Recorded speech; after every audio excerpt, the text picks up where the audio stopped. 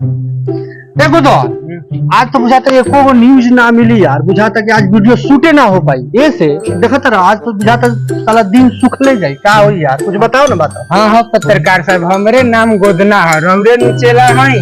आज तो न्यूज कौन कौन न्यूज में यार बताओ ना, जल्दी बताओ यार। मालिक उड़िए मत, नहीं तो हम उड़ते चिड़िया को हल्दी लगाते हैं। अच्छा तोरा से हाँ। तोरा से तो केवारी के किल्ली ना लगा लगते साले। अच्छा वो सब छोड़, आज कौन न्यूज बा पहले हमरा की बताओ। सुनी, एगो गाँव बा जहाँ चोरवन के पूरा अड्डा बा। वो गाँव में जे भी जाला लूट जाला वही, जितने लोग लूटा के आ गई। चली रौरो जोश जागल बा, रौरो ठंडा के आ जाए। बोला बे हमारा नाम है बीबी सिंह पत्रकार, मार देंगे लात फेंक दीजिएगा भात, समझ में आया कि नहीं। लागत है पत्रकारवा अपने साथ साथ हमरो के लूटवा।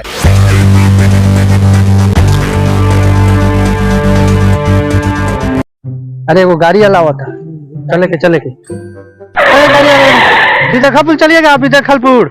हाँ चलिए हाँ चलिए चलिए आइए, बैठिए बैठ गुड ना बैठ। चलिए चलिए।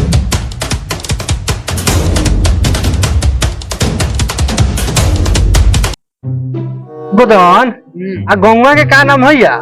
विजय खलपुर है। आज तो चोरवा रहेगा और ना तो ये तुम्हारा बीबी रहेगी, बीबी आज बवाल मचा देना है। मालिक रौरा हमारी बीवी कब से हो गई? अरे कौन बोलो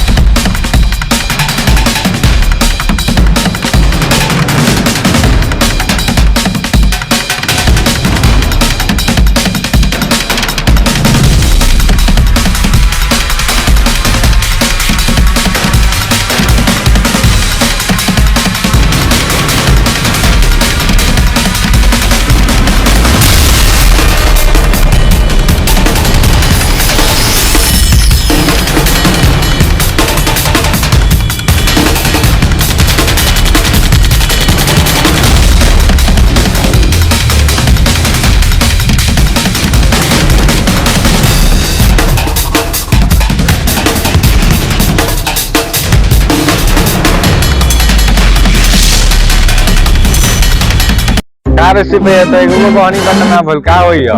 अरे दरोगवा एकरा काज ने काव ना मुझे का मुंह देख लेल बन सती एगो मुर्गा चपइबे ना के चिंता ना करो, सन पार्टी मिल जाई आज। ओई देखो सर उधर पार्टी आ रहा है,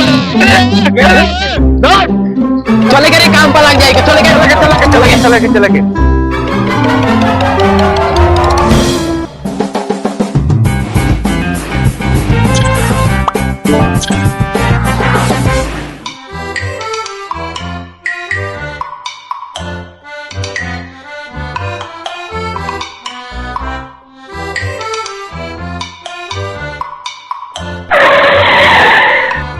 अरे आगो नहीं सकता हो बताओ।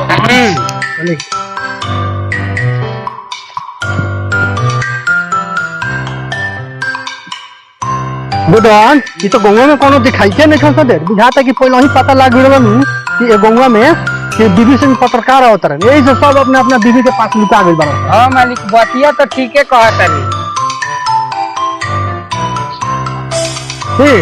लड़का होता लगा तो चल इधर से पूछे के पड़ेगा। सेटअप शुरू करे वो लड़का बाइक से इंटरव्यू ले लिया, शुरू कर। नमस्कार प्रतिकार तिरकार सटिकार कार्यकार, आप देख रहे हैं धक धक न्यूज में मैं हूँ बीबी सिंह और आप देख रहे हैं धक धक न्यूज में आपका स्वागत है। और तो ऐसे कहा जाता है कि ये चोरवन के गाँव है, तो क्या कहेंगे आप?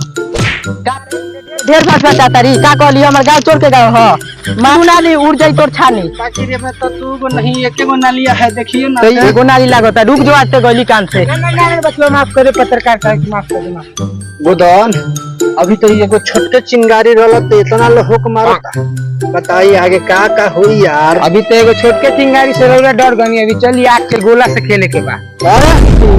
हमारे नाम है बीबी सिंह पत्रकार, हम डरते नहीं हैं, हम सिर्फ घबराते हैं। नमस्कार प्रतिकार तिरकार सटिकार कार्यकार, आप देख रहे हैं धक धक न्यूज में आपका स्वागत है।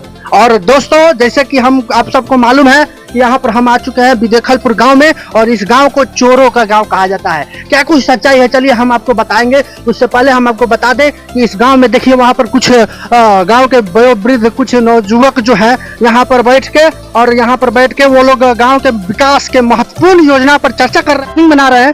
चलिए हम उनसे बात करके डायरेक्ट हमको बताते हैं। चलिए आइए आइए आइए। जैसे कि पता है आपको, अभी हम आ चुके हैं नौजवानों के पास में। देखिए ये लोग अपने गांव के विकास के मुद्दे, महत्वपूर्ण मुद्दे पर ये लोग चर्चा कर रहे हैं। तो चलिए इनसे पहले बारी बारी से नाम का पूछते हैं। हाँ, तो आपका नाम क्या है जी? दरोगा। दरोगा। अरे भाई आपका क्या नाम है? सिपाही। सिपाही। आपका नाम क्या है? वकील। आपका नाम क्या है? चौकीदार। चौकीदार नाम है। हाँ, तो आप देख सकते हैं ना, ये तो पहली है कि गाँव चोरवन के है, तो इसमें तो सारा महत्वपूर्ण विद्वान लोग में बात क्यों कह दिली है यार। देखिए आप देखिए अभी ये तो दरोगा है, सिपाही।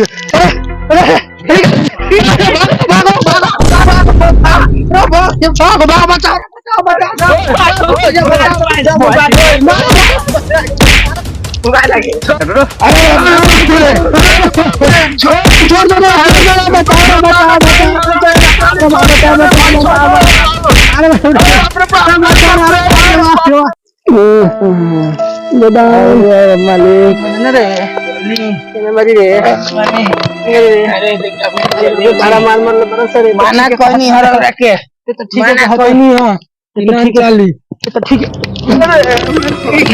बोरी मार ले मेरे सर गुन्ना कोई नहीं रखे रिपोर्टर साहब माना कोई नहीं है। चल हाँ, तो स्वागत है आपका हमारे इस YouTube चैनल पे। अगर अच्छा लगा होगा तो कृपया करके लाइक कर, सब्सक्राइब करें और शेयर करें। दोस्तों वीडियो कैसा लगा, उम्मीद करते हैं आप सबको हमारा ये जो वीडियो है, आज का वीडियो अच्छा लगा होगा। तो अगर अच्छा लगा वीडियो तो कृपया करके इस चैनल को सब्सक्राइब करें, शेयर करें और क्या करें जी, लाइक करें।